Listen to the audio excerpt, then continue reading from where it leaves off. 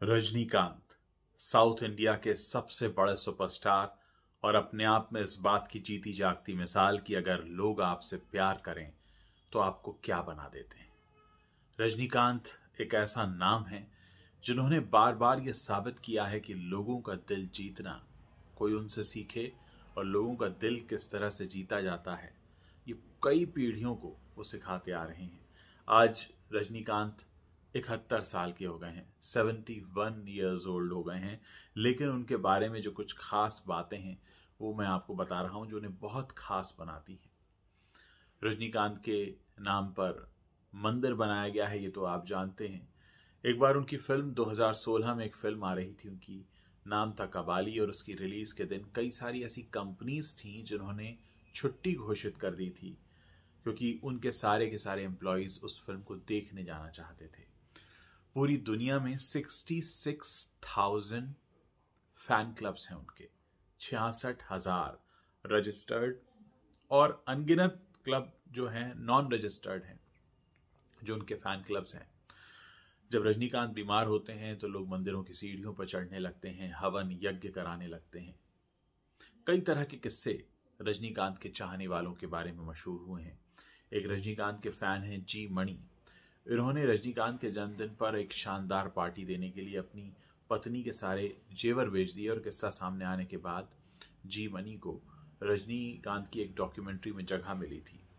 कहने का मतलब ये है कि ये जो सारे फैन फॉलोइंग है रजनीकांत की जो पूरी दुनिया से आती है, लोग खुद ब खुद उनकी तरफ खिंचे चले आते हैं। उनकी चाहे एक्टिंग का स्टाइल हो या उनके जो भी एक्टिंग करते वक्त जो उनके मैनरिज्म्स होते हैं, जिस तरह से वो खुद को पेश करते हैं, जिस तरह से वो अपने पर्सोना को सबके सामने रखते हैं, वो अपने आप में बहुत कमाल है और आज से नहीं कई सालों से कमाल है।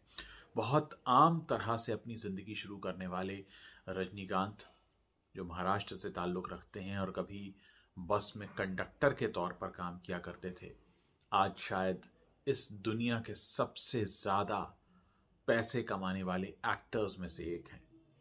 रजनीकांत को बचाने के लिए 2011 में जब रजनीकांत को किडनी की प्रॉब्लम्स हुई थी, उस वक्त वो सिंगापुर के एलिजाबेथ हॉस्पिटल में भर्ती थे और उस वक्त उनका एक फ़ैन उन्हें अपनी किडनी देने का फैसला कर चुका था और उसने नींद की गोलियां खाकर कोशिश की कि किसी तरह वो अपने जीवन को दे दे, लेकिन रजनीकांत का जीवन बचा ले। 100 गरीबों को रजनीकांत की हर फिल्म में दिखाने वाला गोपी, जी हाँ गोपी, रजनीकांत की हर फिल्म की रिलीज पर अपने शहर के 1000 गरीबों को चेन्नई लाकर फिल्म दिखाते हैं। तो 1000 गरीब लोगों की इच्छा पूरी करते हैं। रजनीकांत के ऐसे ऐसे फैंस हैं।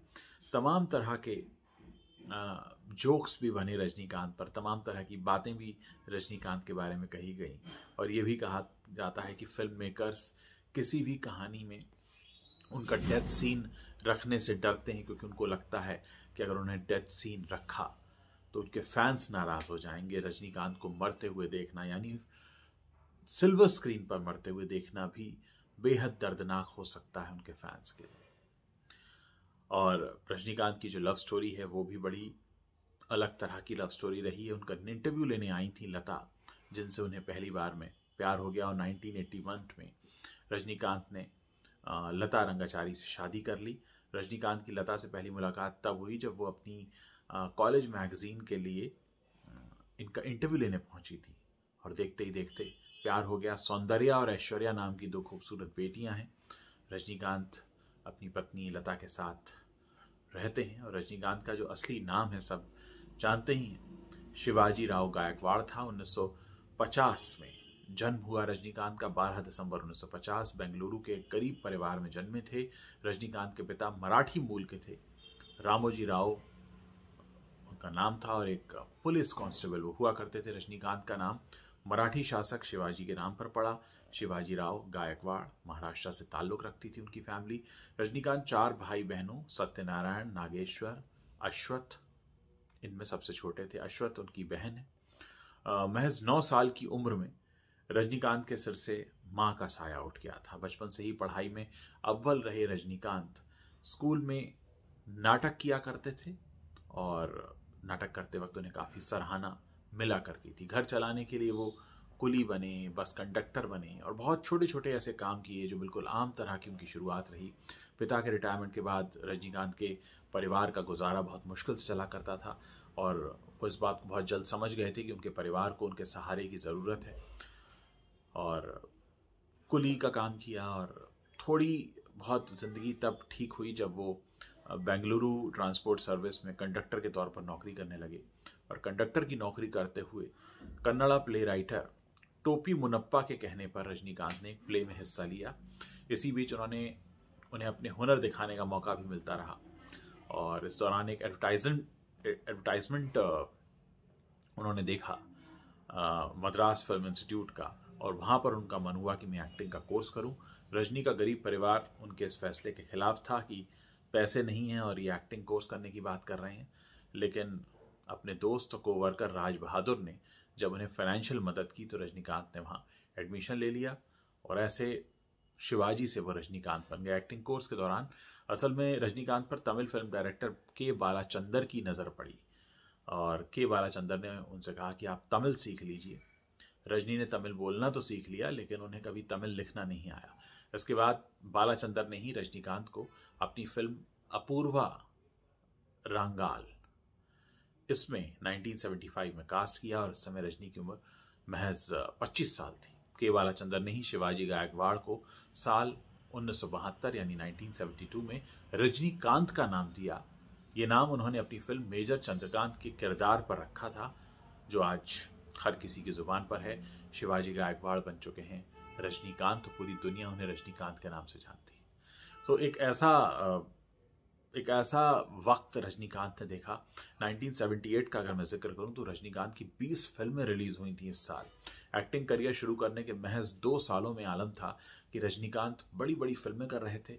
1978 में उनकी तमिल, तेलुगु और कन्नड़ा भाषा में बैक टू बैक 20 फिल्में आई और जिस फिल्म ने उन्हें सुपरस्टार बना दिया वो भी 1978 में आई थी। ये फिल्म थी एम भास्कर की फिल्म भैरवी, जिसमें वो पहली बार एक सोलो लीड हीरो के तौर पर नजर आए। लोगों ने बहुत प्यार दिया। इस फिल्म के आने के बाद डिस्ट्रीब्यूटर एस थानू ने रजनीकांत का 35 फीट ऊंचा एक कटआउट बनवाया था और महज 4 साल की एक्टिंग करियर में रजनीकांत 4 भाषाओं की 50 फिल्मों में अभिनय कर चुके थे। यानी जब शुरुआत हुई रजनीकांत की उस वक्त किसी ने सोचा नहीं था कि व्यक्ति इतना ऊपर जाएगा। रजनीकांत खुद अमिताभ बच्चन के फैन हैं और हिंदी फिल्मों में भी उन्होंने काम किया। बिल्ला नाम की फिल्म आई थी 1980 में और मिस्टर भारत, ये फिल्में रही उनकी और जो काफ़ी पसंद की गई। तमिल हो, तेलुगु हो, कन्नड़ा हो, हिंदी हो, हम में उन्होंने अमिताभ बच्चन के साथ काम किया और जब भी फिल्में आई सैकड़ों करोड़ कमाए, खुद भी कमाए और इस फिल्म में काम करने वालों को भी कमा कर दिए।